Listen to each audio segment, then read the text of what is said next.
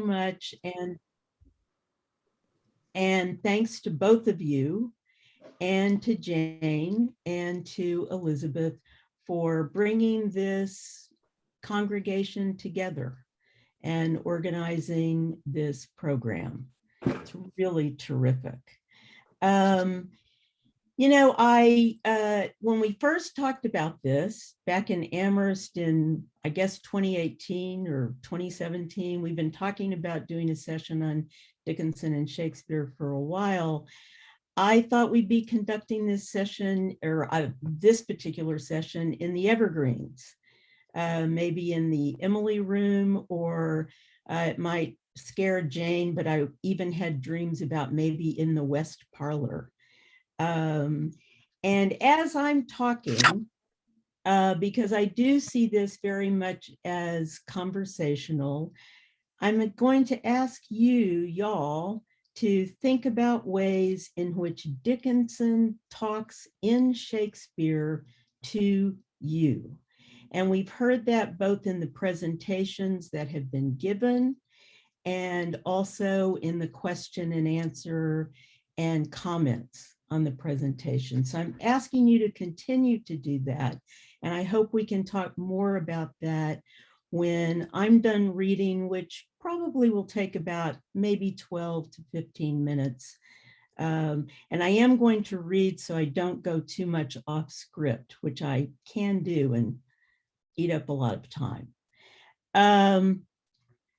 Talking in Shakespeare, or talking Shakespeare, refers to Emily and Susan Dickinson talking in code, as it were, using Shakespeare to convey meaning, to communicate with each other.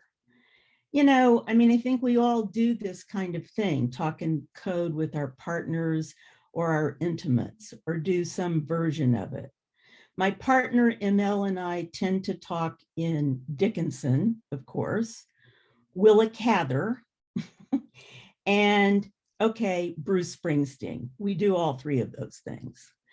We'll look at each other, and if I say love, she says that love is all there is all we know of love. If she says love, I'll say, hey, that's the only fortress strong enough to trust. Her is from Cather, if you don't know. If one of us is impatiently waiting on the other, which is usually ML waiting on me, by the way, she'll call out, hey, tramp, and the other will reply, yeah, baby, I'm born to run, you're born to run, just give me a minute, and we'll get out on that thunder road before you know it. Such everyday banter is the stuff of intimacy, and is, I think, what we see recorded in quotations that Dickinson made of Shakespeare and sent to Susan. Within the last few months of her life, Emily wrote Susan Dickinson, do you remember what whispered Horatio? Dickinson is talking to her beloved friend in Shakespeare, as it were, and is clearly alluding to the bard's lines, if thou didst ever hold me in thy heart, absent thee from felicity a while, and in this harsh world draw thy breath in pain, to tell my story. As Dickinson's niece, Martha Dickinson Bianchi, pointed out, Emily and Susan talked to one another by exchanging references to Shakespeare throughout their lives together. With this note, sent late in her life, Dickinson designates Susan, her dearest friend and most frequently addressed correspondent, at least according to our present record, to tell her story. Nearly 15 years later, Susan proclaimed to another writer who was also madly in love with poetry, as Susan was and Emily was, poetry is my sermon, my hope, my solace, my life. Her declaration in this 1900 letter provides crucial context for understanding Susan Dickinson's ardent involvement with, support, and promotion of Emily Dickinson's writing, and also for obtaining a more capacious sense of Susan's absorption in and devotion to the arts and to literature, particularly poetry. Susan wrote poems, published essays and short stories, was the first biographer of Emily Dickinson in the obituary, and scripted a memoir, Annals of the Evergreens, as well as reminiscences, of watching the graduation of Elizabeth Blackwell, the first woman to take a medical degree in the United States, and in that emphasized other women's mostly negative reactions to a woman so accomplished. She also wrote a history of life in Amherst and changes there in the early 19th century, as well as several reviews, including of Elizabeth Spofford and Arthur Sherborne Hardy. Susan Dickinson presided over salons in the Evergreens, entertained literary luminaries such as Ralph Waldo Emerson and Harriet Beecher Stowe, public figures such as Wendell Phillips, and numerous intellectuals and editors such as Richard Salter Stores and Samuel Bowles, who flatly acknowledged, Bowles did, her abilities to deal with structurally and linguistically hard reading. And by 1877, Bowles wanted to recognize Susan's intellect and social dexterity with an honorary degree from Amherst College. Expanding comprehensions of the rich cultural life characterizing and centering Susan Dickinson's life before, during, and after Emily's, as well as that making the Evergreens a home of literary, musical, and artistic vivacity, will augment understandings of just how complex, full, and varied Susan's life as a writer, promoter, and poetry and arts enthusiast was.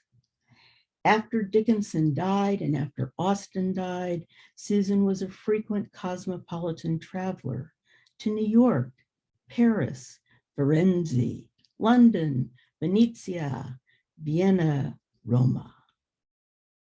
Remarking and reflecting on those travels is significant because they are another powerful witness to Susan Dickinson's keen and learned interest in museums, concerts, plays, salons.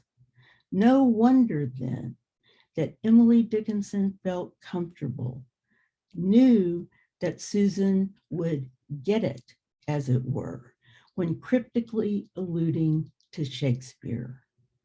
That banter, recorded in Dickinson's notes to Susan, shows a creative wellspring abounding in the Dickinson's domestic spheres.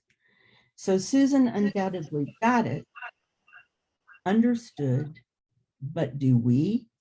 Can we?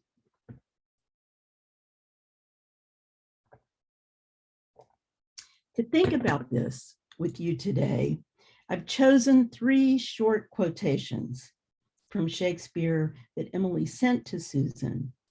Ones I've talked about before, as have others, and the first one has been mentioned, I believe, 3 times already this morning, but we'll never tire of this. Speaking of Antony and Cleopatra, Egypt thou knewest. Now, several critics have argued that this is Emily speaking directly to Susan, proclaiming her continuing devotion and calling Susan her Cleopatra. Ellen Louise Hart, Susan Howe, Judith Farr, Paula Bennett, Camille Paglia, and Martha Nell Smith sometimes. Egypt thou knewest too well. My heart was to thy rudder tied by the strings, and thou shouldst tow me after. O'er my spirit thy full supremacy thou knewest, and that thy beck might from the bidding of the gods command me. Now these notes could be a game concocted because of their mutual love for Shakespeare, perhaps around quotations from a daily Shakespeare calendar. We know about the daily Shakespeare calendar from Sue's pasting to a card the daily entry for Friday, July 1st, 1881. Come, madam, wife, sit by my side and let the world sip. We shall ne'er be younger. That's from The Taming of the Shrew. Sue's written on that card, calendar for the 25th anniversary of our wedding. Doth forget that ever he heard the name of death, Emily writes on a note, sends to Susan. Editor Thomas Johnson admits that there's no way of knowing what prompted this writing, but nevertheless, he can't resist conjecturing that perhaps this message followed an angry outbreak of feeling on the part of someone. And then he fleshes out the Shakespearean reference, his heart's his mouth, what his breast forges that his tongue must vent. Pardon me. And being angry doth forget that ever he heard the name of death.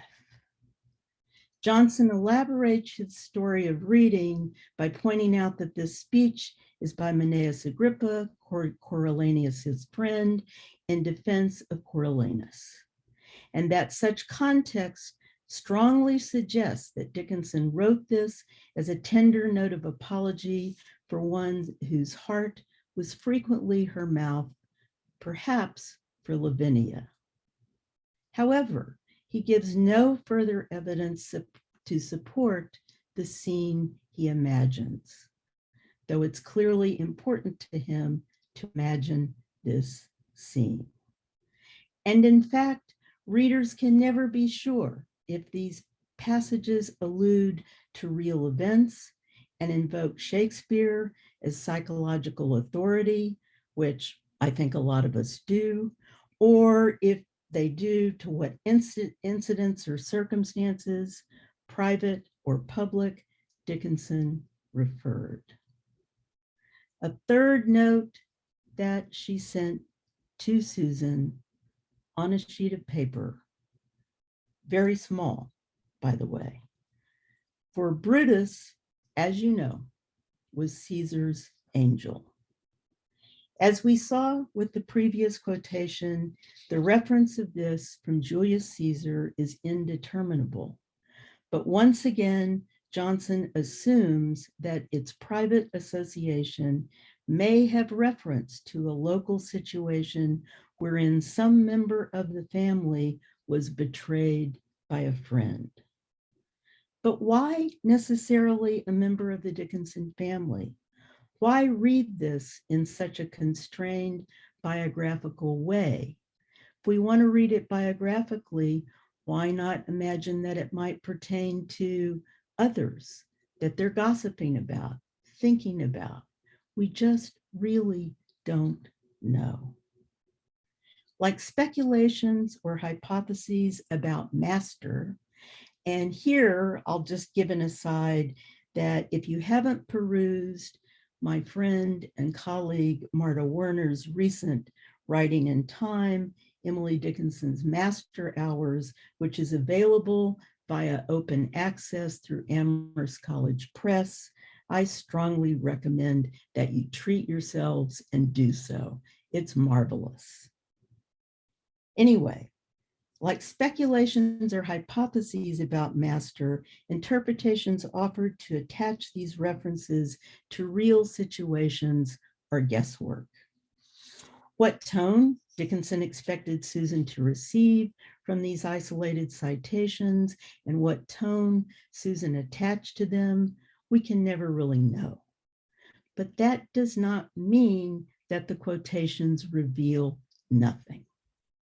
What they suggest is a private code through which the two communicated, or at the very least, they show Dickinson's presumption, her faith, that Susan would understand their meaning.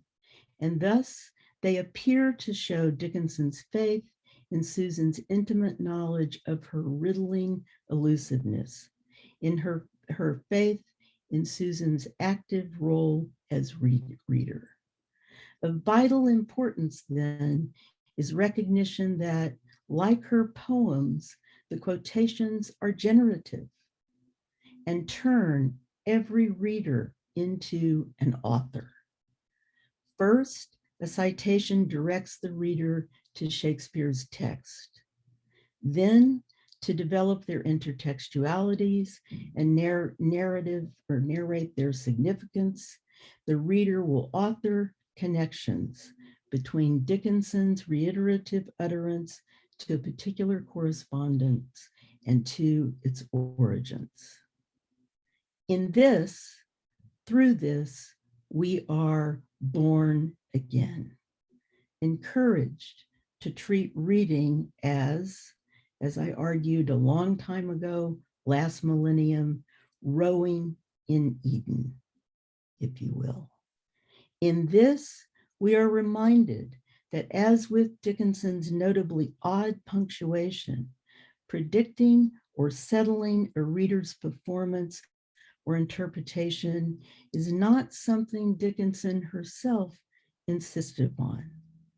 Instead, she encourages multiplicity, freedom, spontaneity on the part of readers, and in that initiates dissolution of the hierarchies of active writer and passive reader.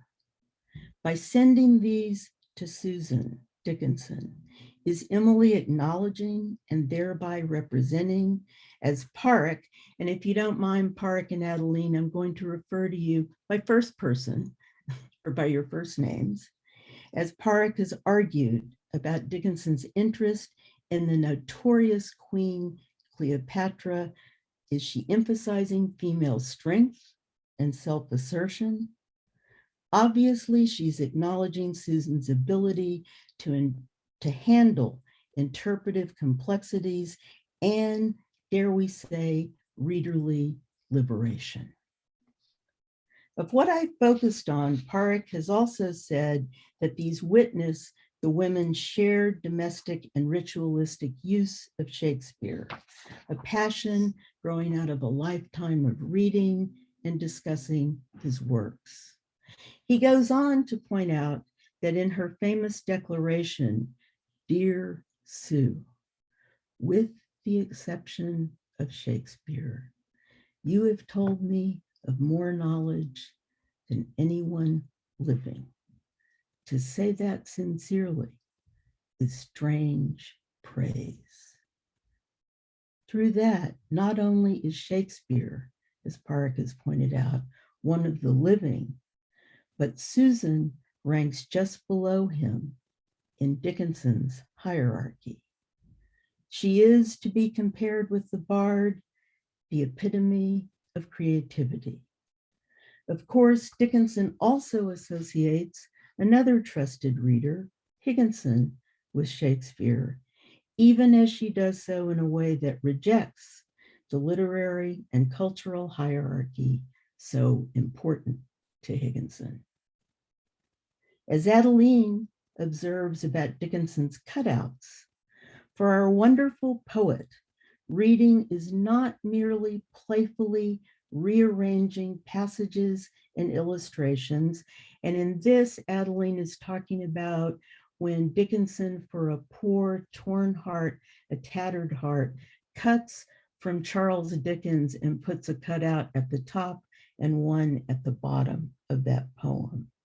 She's not simply engaging in an act of appropriation, or she is engaging in that, but also of transposition of a canonical British author into an American context. And transposition there is key. And as we've heard from Adeline and from Park, and will undoubtedly hear from others over the next day and a half, these little notes, little in size, large in connotation to Susan, remind us that Dickinson relentlessly transposes the drama between reader and writer. Transposing us as readers implicitly, or maybe it's explicitly, calling editors and interpreters, calling us to reject the conventional constraints of literary criticism that demand we associate these quotations with particular aspects of biography that diminish the role of unprofessional women. And there I'm alluding to Johnson's interpretation, to insist that these bespeak friction is a way that we can be trapped in literary critical reading. Instead, like Hamlet's ghost, Dickinson's text and her deployments of them encourage us to reject the authoritarian and opt for the authoritative instead, to queer, in other words, our relationship to text, to authors, to writers, to as readers acknowledge that we are always writers. In Adeline's words, it's fundamental dynamism. The desire for fixity is impossible. Do we regard her written records as recipes for cooking up readings, or as scores for performing readings, or are we afraid of that? Emily Dickinson dwells in possibility and urges her readers to do so as well, even as she knows that the fear of freedom is strong. Now, what I said there may seem obvious, but is it? Where are we as readers? And how does Dickinson talk in Shakespeare to you? And how do we play upon her words or cook from her lyrics, cook up meaning, perform meaning? What do y'all think?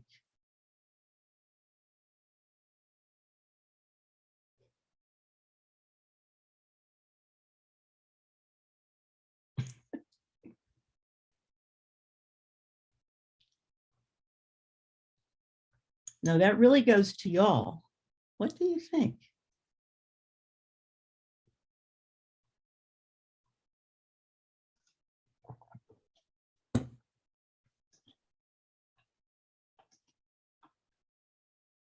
Eliza. Hi, Martina. Thank you for that. Very productive to dwell on these questions. I guess I'm wondering, on the one hand, you were talking about personal code. That's how you started out the talk. And that would suggest a kind of personal understanding and communication.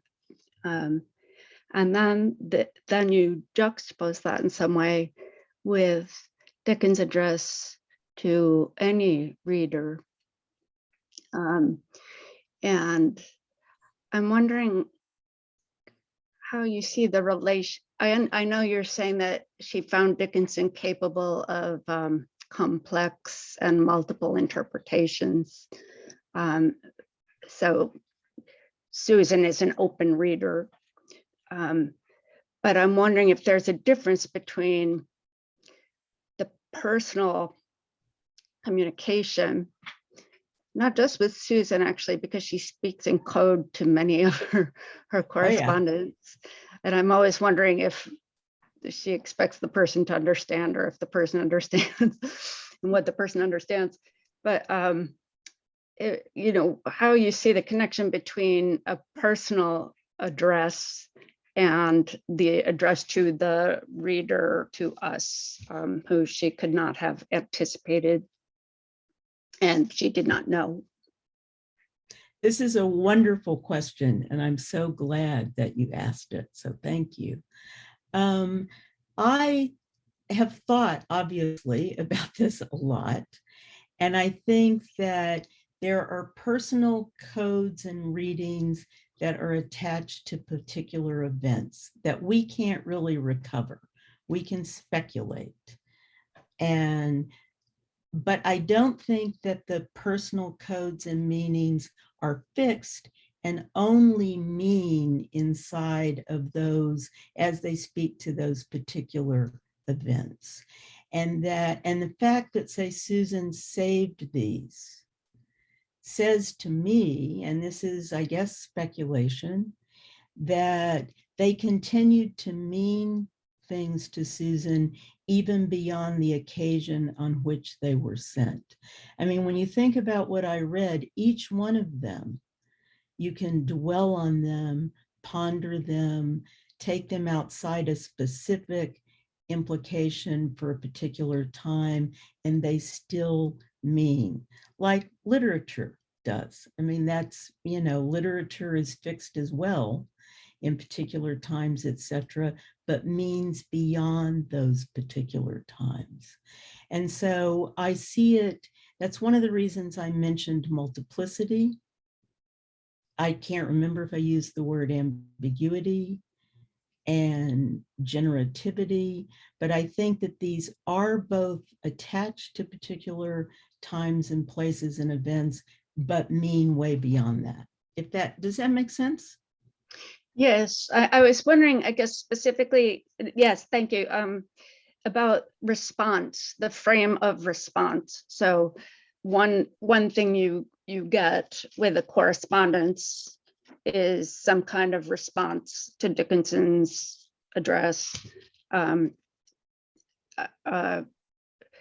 that in some way encloses or contextualizes the person's understanding, which is true for the critic as well. We respond, and there's a horizon of possibility of our responses. But in the personal relationship, I would think that that response frame is different in terms of the communicative capacities of the utterance. Yeah, I mean, I think that's accurate, but you know, you raise the horizon of readerly expectations and what we can see. With each step, of course, that horizon changes. I mean, that, you know, with it, anytime you move, your horizon changes. And that also means us as readers in time, and say, going back to Susan as a reader in time. Adeline or Antoine, I'm not sure whose hand was up first. Antoine was first. Do you think so? Well, okay. Thank you, Martha. This was a wonderful presentation, really very interesting, and it's more a reflection than a question. But this raises a whole lot of issues for me as a non-native speaker of English, and I'm curious to know what the other non-Anglophones in the room will think. But I think it raises the whole question of the degree of intimacy with which personal references and cultural references are meshed together. And of course, when you read any author, actually, but Dickinson in particular, probably from a foreign perspective, it's sometimes, I don't know, Adeline, what you think about it, but it's sometimes very difficult to decide what belongs to the idiosyncratic way that Dickinson has to relate to English, and what belongs to the more largely cultural landscape and literary landscape in particular, in which she grew up, in which she practiced all her life. And that makes it I mean, for me, when I first read Dickinson, I approached Dickinson from a very French perspective. I was an avid reader of poetry, of French poetry as a teenager. And so the first time I encountered Dickinson when I was 22 years old, I read her through Mallarmé, Baudelaire, I mean, the French references, and this created an entirely different Dickinson, probably from your Dickinson. And so, you know, but then I grew, and Dickinson grew on me, and I started to read her with the more Anglophone cultural references and trying to understand how she had a very idiosyncratic take on that culture as well.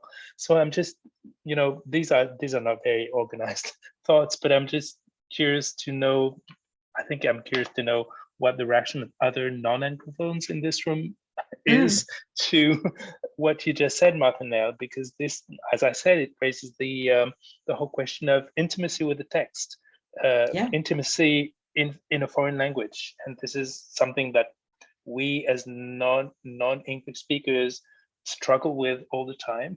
You know, the fear of missing a reference, and we're talking about Shakespeare, and Shakespeare is pretty obvious and pretty easy to spot, but there might be other, you know, more hidden ways of alluding to culture that we cannot be privy to. Sorry for being rambling, but I mean, that's the kind of reflection that your own reflections suggest to me.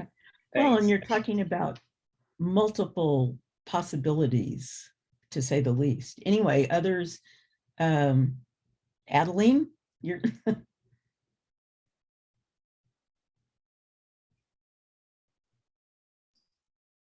Well, in relation to what Antoine was saying, I'm a bad example, was partly educated in the US. So. Okay, I try. Bad example. Really common to to everyone who's not a 19th century reader, because we can't really reproduce the conditions of reception. We can Google. So that changes a lot of things. But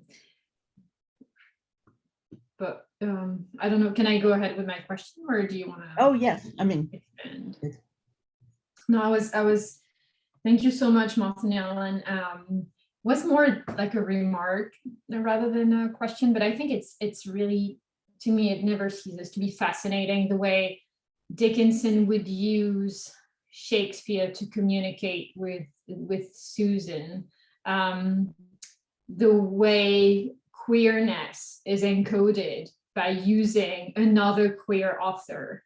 Yes. I think it's absolutely fascinating, and maybe that is a question to you. Do you think we could relate, for example, her practice? You were mentioning the letter with the Dickens collage. Do you think maybe we could connect this practice of marginalia to what Sedgwick calls the epistemology of the closet? You know, showing but not hiding at the same time, and how this is fundamentally queer writing, right? You know, a way of saying without saying, the mobility of language that is allowed by using Shakespeare with all the queer innuendo as well. How this functions as a system of queer reference between the two women. Yeah, I mean, I think you're right on target. And one of the things that you said, you know, and that Sedgwick says, and that beloved Lauren Berlant said, is that, you're saying something, putting it right out there where it's visible, except it's not visible to everybody. It's visible to the people who recognize it, who are approaching with a queer lens, as it were. And for others, and so it's a way of saying it, liberating those expressions, yet still keeping them hidden to those who don't want to see them. and increasing also the freedom of expression, because you have to be in the know, you have to be part of this queer system in order to understand. And so because others might not, that increases the freedom in the communication as well. Exactly, and it becomes a kind of lingua franca and a kind of, and you can trade freely. In the first version of this, I had a lot of things on As You Like It, and it got much, much too long. But that queering is really important to recognize in Dickinson, I think. And it makes visible so much that has been hidden from literary history. And incidentally, it's funny to notice how in literary history, Dickinson and Shakespeare do not tend to be categorized as queer authors that often. Yeah, no, they don't. And when they people are, get up, they're very both queer. of them. Both of them, yes. I'm glad that you mentioned, if I may be irrelevant and say, or irreverent and say, Billy, glad you mentioned Billy. Billy is queer, but yeah, people don't like it. And that's one of the things, are we afraid of that freedom? The fear of freedom is very strong. And I think makes people want to bind meaning and say, this is it. Let's see, Parik, you've had your hand up for a while. Thank you, Adeline. Martinelle, thank you for a great talk. And one of the things that struck me, which I never thought about before, and it kind of follows on from what Adeline said, is that most of these are men. So we've got Horatio and Hamlet, we've got Caesar and Brutus, we've got Coriolanus, and I can't remember the name of the other character, but and then we've got Antony and Cleopatra. So it kind of, I just was wondering, that was my reflection, that these women are very much queering Shakespeare by concentrating on men. And I just wondered if because I hadn't thought about that before, that they're using men, like men are part of their code, and whether you or anyone else on the call had any thoughts on that. Well, there's a kind of drag that they're engaged in, and I think engaged in a very productive way. And Dickinson, in the middle of one of the master letters, says, if I had the beard on my cheek. And Dickinson is, and I think, Adeline, you referred to her, a narrow fellow in the grass. Yes, that's as a boy, but she's still adopting a drag persona, as are many of the writers that we're talking about. And I think that's a way of, first of all, it messes up sexual taxonomies that are very rigid. It's also a way of appropriating, she's living in a patriarchal culture where men have all the power, white men in particular, and she's appropriating some of that power. It's a way of grabbing it and simultaneously divesting it of its power over her. Mm. So those are some of my thoughts. Thank you. Li Shin?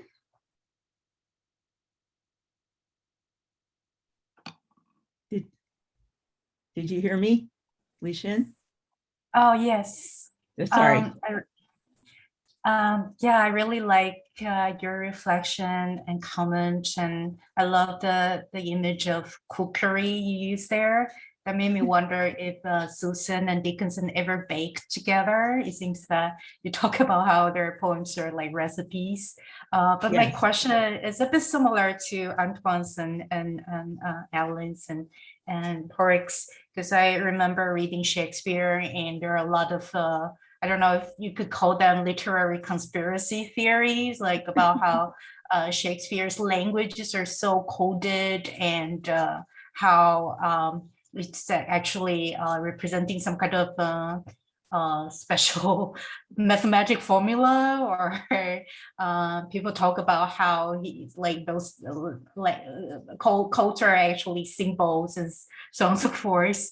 I remember some Dickinson scholars also in the past. I remember coming across someone who also talk about how Dickinson's language is a similar way coded, and it's actually referring to something else, and it's all very mystic and symbolic. So I guess I'm just wondering whether I wonder if it's common for, although it seems that those coded languages are used in both authors, I wonder whether Dickinson's ways of using it is more, can you be considered more subversive because of her the female writer expressing more homosexual desires versus Shakespeare's ones more, I don't know, this is just a random thought. Yeah, some of the people to work on Dickinson's codes in choices of images, etc. Rebecca Patterson did this very early on. Paula Bennett has done this, and other people, many of whom are at this conference. But and yes, Susan and Emily did bake together, by the way, to go back to the first part of your question. And whether, Dickinson is more subversive than Shakespeare because she's a woman and expressing queer desire and breaking the bounds of romantic friendship, that's another way the queer desire has been contained. Oh, well, women, they slept together in the 19th century, in the 18th century too, and they hugged and kissed, etc.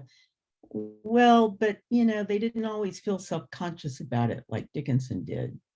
And so I don't know if I would say that she's more subversive. She's certainly as subversive, but Shakespeare's pretty subversive too. I don't know. What do other people think?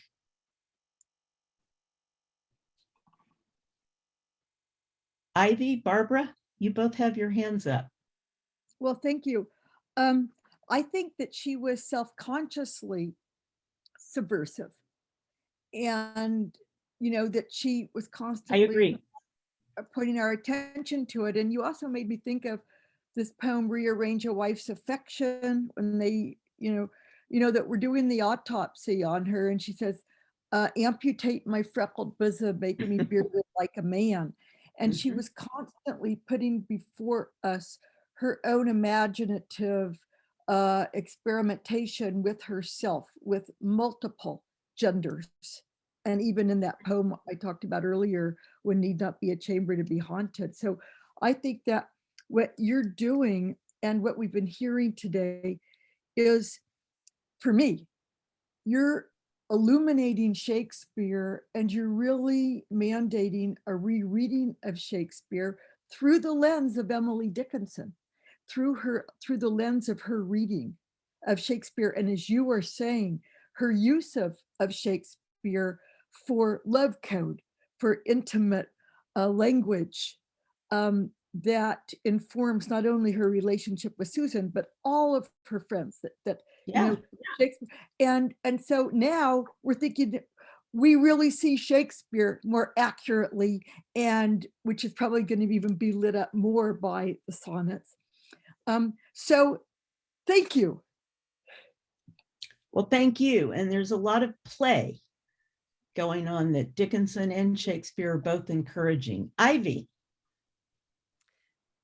So this is such an interesting thread of discussion, and if people are looking at the chat, we're having a whole little Yes, seminar. That chat has to get saved because I'm not able to read it all while we're talking. Right, go ahead. So I just wanted to point out that in working on the sonnets, and I'll be talking about that tomorrow, Perrick's essay for 2008 takes up this issue and this question of the fact that it's male homosocial representations and desires that gives Dickinson her sense of breaking that gender normative narrative of the 19th century. And I think Adeline's absolutely right. It had to be a male model because there were very few female models at the time. Right. So it really, it kind of all makes sense. I'm going to talk a little bit more about that on Saturday, but I wanted to get back to your question about this, the notion of talking, how we talk intimately, and what it feels like to have a great poet, a bard. I mean, I think one of the problems here is that Shakespeare is the bard, and so to somehow find his clay feet or find his homosociality is it's a little like pulling him off his pedestal, right? In some sense, there's the whole bardology that's going on in the 19th century.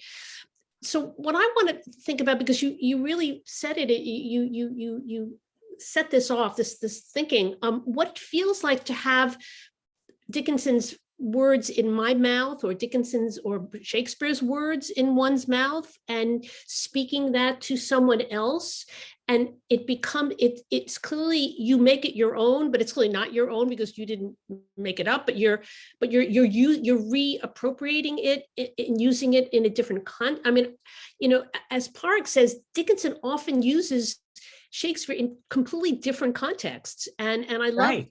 And I forgot, in the book you talk about the tragedy of the death of the flower, and it's a form of what my student calls domestic heroism. It's finding the heroism in the domestic. The flower dies; it's tragic, this kind of notion, and it becomes the tragic figure. But this notion of having the words in one's mouth, and how wonderful that is to imagine those words or put them together in that order. And I feel like that's what they're doing. And it's also both inclusive in the sense of lots of people do Shakespeare at the time.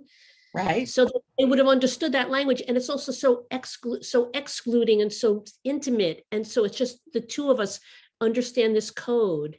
So it works on so many levels. You're right. And it's a way of, and Adeline, I think, first referred to this as it's a way of saying something very private publicly that, I mean, I'm just agreeing with what you're saying, that other people may not recognize, but the beloved, the person who knows the private communications is gonna realize that. And, we do that with intimates. It's, and by the way, something you were saying, Ivy, made me think of, and I don't know if people are aware of this, Taylor Swift picks up on the end of One Sister Have I in the House, Sue Forevermore, in the 2 albums that she did, or the 2 CDs that she released during the pandemic. And now I've had to create a whole new email file of Taylor Swift fans. I forget, they have a particular name for themselves, but anyway, I mean, I like her, but I'm not one of the groupies. Oh, no. What? Swifties. Yes. Anyway, their speculations on Taylor Swift, Dickinson, and Taylor Swift herself has talked about Dickinson and using Dickinson, pieces of Dickinson's phrases to express, and she said this in an interview, express desires that may not be well received. And I was like, whoa. I will talk more about that on Saturday, actually, when I talk about the sonnet. Yeah. Oh, good. Are you going to talk about Taylor Swift? Oh, Not all right. Swift, although there's a very interesting connection between Taylor Swift and Anne Bradstreet, another kind of uptight Puritan woman writer who has all this queer imagery in her poetry. Oh, she definitely does.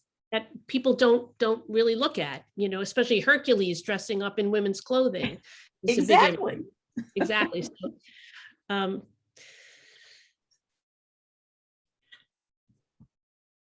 are there other questions or comments, or, what are people thinking? I have one thought, though. Sure. People may need a break. I'm not sure that there are no other representations of female queerness in the 19th century. So that's what I've been mulling about. I'm thinking about Harriet Prescott Spofford. Oh, yeah. And her Amber Gods, where a man and a woman are vying for a woman, arguably. I mean, you can do different readings. Mary Levenholtz does that kind of reading in relation to Dickinson. I think, and I think of George Eliot, for example, who Dickinson loved. I'm not sure that gender fluidity and queerness is inaccessible. I think there's a difference in the time. I'm thinking about also on the stage Ada Isaacs Menken, who was known for cross-dressing on stage, and I'm not sure that that's only accessible or directed toward. And she was known to have had, or she multiplied her personalities in her kind of fake biography, that she was Black, that she was Cuban, that she had 5 husbands, that she had two girlfriends, and that she had a female love affairs. So I think that the culture is richer in terms of this idea of female queerness than we are making it out to be. So I would just, that's what I was thinking. I didn't hear anybody say anything that would contradict what you just said, Eliza. I mean, I don't think anyone was. Well, the idea of funneling, we need to funnel, it's also in the chat. We need to funnel queerness through masculinity because that it's in the chat as well, Martha Nell. Because it's unavailable, that there's an unavailability to female queerness in the 19th century. I'm pushing back against that idea. So that's in the chat. I haven't seen that. Yes, it's throughout the chat. Yeah. Okay, I'll look at the chat because I think that using masculinity is something that Dickinson and others do. I don't think that's the only queer expression by women in the 19th century by any means. And the gender fluidity is all over the place. Certainly in Dickinson and in many, many writers, some of whom you named. Yeah. So I'll take a look at the chat.